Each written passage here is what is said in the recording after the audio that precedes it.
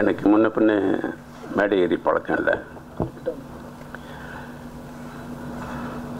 எங்களது அழைப்பை ஏற்று எங்களை வாழ்த்த வந்த உங்கள் அனைவருக்கும் என் நெஞ்சார்ந்த வணக்கம். என் பேர் ஜெயராஜ். ஓரளவுக்கு எல்லாருக்கும் தெரியும்னு நினைக்கிறேன். தெரியாதவங்களுக்கு நான் சொல்லிக்கிறேன். நான் பாரதியோட தம்பி. நான் இந்த துறைக்கு வந்து 38 வருஷம் ஆச்சு. 38 வருஷத்துலேயும் சில படங்கள் நான் தயாரிச்சிருக்கேன்.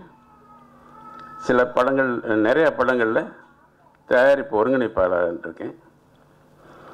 அதெல்லாம் கிடைக்காத ஒன்று இந்த இப்போ இந்த மேடை ஏறும் வாய்ப்பு எனக்கு கிடைச்சிருக்குன்னு நடிகை. நான் பின்னாடி என்னை முதல்ல இயக்குனது வந்து அமீர் சார் தான். ஏன்னா கத்துக்குட்டின்னு ஒரு படத்தில் நான் இது பூஜை போட்டு ஃபஸ்ட்டு ஷாட் எடுக்கிறாங்க. அவர் தான் என்னை இயக்குனார். அதுக்கு பின்னாடி கத்துக்குட்டின்னு ஒரு படம் பண்ணிக்கிட்டு இருந்தேன்.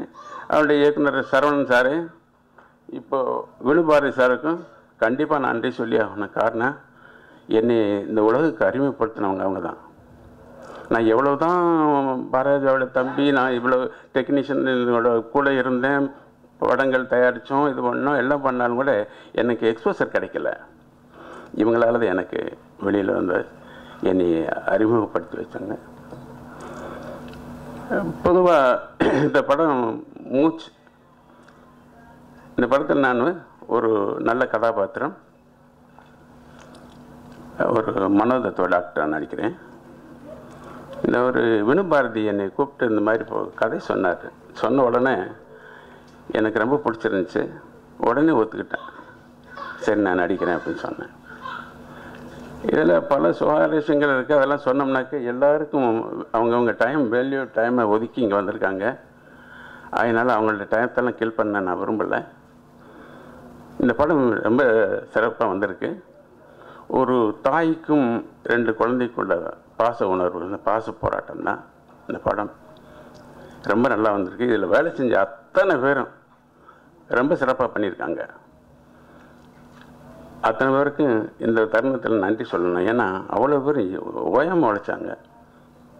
இந்த படத்தை நீங்கள் தயவு பண்ணி பெரிய திரையில் தான் பார்க்கணும் அப்படின்னு எல்லாரையும் வேண்டி கேட்டுக்கிறேன். சின்ன திரையில் பார்த்துடாதீங்க தயவு பண்ணி. இந்த படத்தை வெற்றியடை செய்ய இந்த மீடியாக்கள் தான் எங்களுக்கு பேருதவியாக இருக்கணும்.